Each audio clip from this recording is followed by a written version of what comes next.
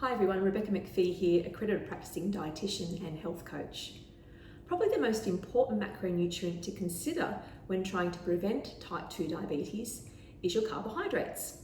Because we know that when we eat carbohydrates, they break down to form glucose or sugar in the blood. So does that mean we cut carbs out entirely?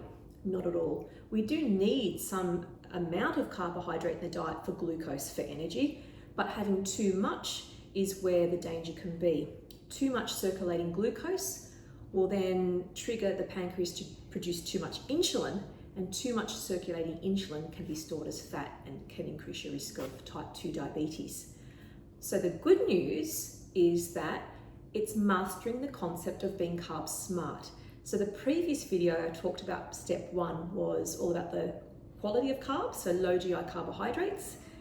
And step 2, which I'm focusing on today, is looking at the quantity. So we want a smaller amount of carbohydrate. How much we need it depends on the person. It's not a one size fits all.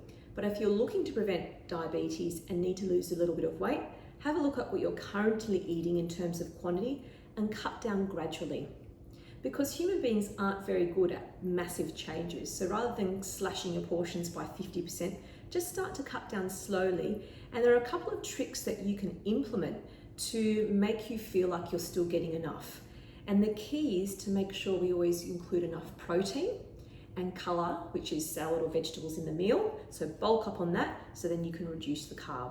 So let's have a look at some of the examples.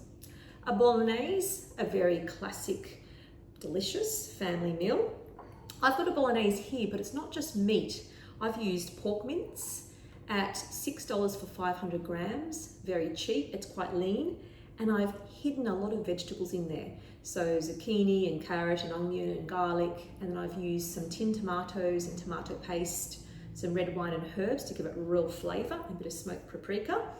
It's very high in protein and lean, but the problem with pasta, and I know myself when I'm busy this can happen, is we can pile the plate with pasta and just put a little bit of topping on top. So you're getting mostly carb and only a small amount of veg and protein. And in actual fact, this is only half the bolognese that you should be eating.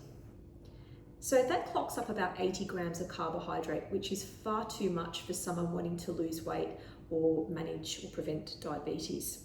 So how can we present it in a different way that gives you carb but not as much?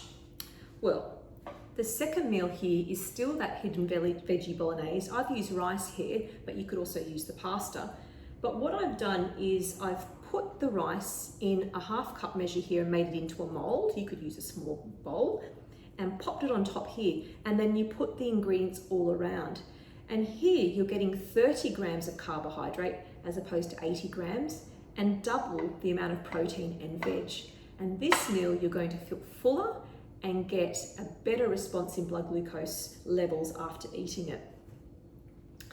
And the next meal is looking at a non-traditional carbohydrate. So in a salad, rather than using rice or pasta or potato or having a sandwich at lunch, this lunch is a salmon salad. So I've got a lovely piece of grilled salmon here. I put it in the air fryer.